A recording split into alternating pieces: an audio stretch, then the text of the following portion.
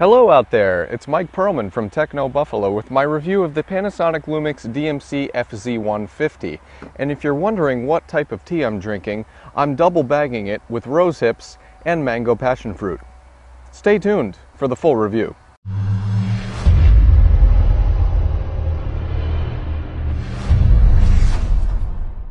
Welcome to my review of the Panasonic Lumix DMC-FZ150 Super Zoom camera.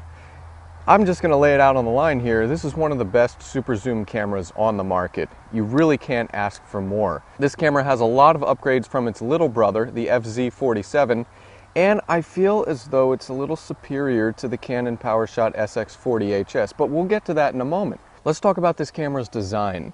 Externally, it's very similar to the FZ47. However, there are a few distinguishing factors. First of all, check out the lens barrel. We have a zoom control on the side of the lens barrel and focus control modes. That's very handy if you need to make on-the-fly focus adjustments and if the top-mounted zoom toggle is just not cutting it for you. Also, Panasonic has added a flip-out vari-angle LCD screen to the FZ150. It has a 460,000 pixel display, and that's the same as the FZ47, but the best part about this is it actually flips out and you can see yourself while you're filming, one of the Noah Kravitz special features. Also, Panasonic tacked a mic jack on the FZ150 and threw a hot shoe on top. Similar to the FZ47, we have a stereo microphone on top with built-in pop-up flash. There's also a rear-mounted control dial that allows you to press in and set options. And we have a 4-way directional pad, large mode dial with plenty of options, and we have a dedicated video record button. This camera records to SD, SDHC, and SDXC cards. I used a SanDisk Pro, has not failed me yet. The battery life on this camera is fantastic. That's another thing to mention. It will pretty much go all day with you. Might be a good idea to have a backup pack just in case. Now for magnification, we're talking a 24x optical zoom, and the Leica lens actually has a 25mm wide angle equivalent, meaning you could fit a lot into your shots. To accompany the 24x optical zoom, we have optical image stabilization. Panasonic has the Power OIS system, and it's one of the best in the industry. You really can't get any better than Panasonic when it comes to image stabilization. While I was a huge fan of the design, it was the camera's shooting features that brought even more to the table. The FZ150 has a stellar auto mode. The autofocus and auto scene selections work very well.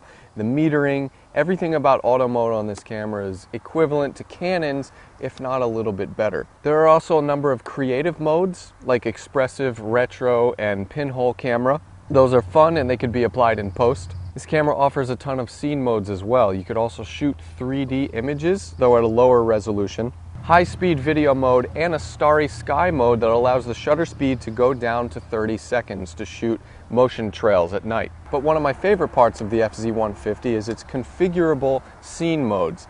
There are modes like portrait, landscape, sports, and macro, but these are not just predefined settings. You actually get to set parameters within each of those scene modes. For instance, when I go into macro, there's an option for shooting flowers, food, or objects. In sports mode, you could shoot outdoor or indoor sports. Scenery has an option for architecture and nature, so it's exceedingly versatile and very easy for a beginner shooter to kind of work their way up to manual mode. Speaking of manual mode, this camera has a shutter speed that goes down to 15 seconds. We also have an ISO range that goes way up to 3200. There's customizable white balance modes, and manual focus with manual focus assist, which is a magnification of the screen that allows you to see the objects closer. However, because the screen is pixelated, it's difficult to use the manual focus. I recommend sticking with the autofocus. It performed very well anyway. But most importantly, the Panasonic Lumix DMC-FZ150 has one of the best manual video modes. You can actually adjust the shutter speed, the aperture, you can adjust the ISO even. If you check out some of my samples in the full review on technobuffalo.com,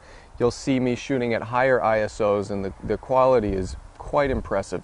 There's also a zoom mic option which concentrates the audio pickup as you zoom in closer to an object. So as far as shooting features, FZ150 out of all the super zooms may be the best. And now for the grand finale, image quality. The Panasonic Lumix DMC-FZ150 has a 12.1 megapixel high sensitivity MOS sensor. Although it's a standard 1/2.3 inch size, which is what you find on most point and shoots, Panasonic has done a lot to the Venus engine processing and the circuitry of this camera's sensor. When you compare the image quality of the FZ150 to its little brother, the FZ47, the difference is staggering. The FZ150 is a great performer not only in bright light, but low light as well, and video mode. This camera can capture 1080 60p AVC HD video, and the quality is pretty darn good for a point and shoot. 60p or progressive means every single image is recorded whole, so it's more of a fluid feel. And 60 frames per second is really going to give you a nice smooth motion. So as far as colors and tonality and detail, I was very impressed with the Panasonic Lumix DMC-FZ150. So what's the buffalo call with the Panasonic Lumix DMC-FZ150? The truth of the matter is, I actually prefer this over any other super zoom that I've tested to date. That includes the Nikon Coolpix P500. It includes the Canon PowerShot SX40HS. If you're looking for a super zoom, I really don't see any reason why you should not consider this at all. This is one of the best super zooms on the market. I'm Mike Perlman from Techno Buffalo. For the full review with all image and video samples, go to technobuffalo.com. Until next time, I hope you guys stay safe out there. I've got some tea to drink.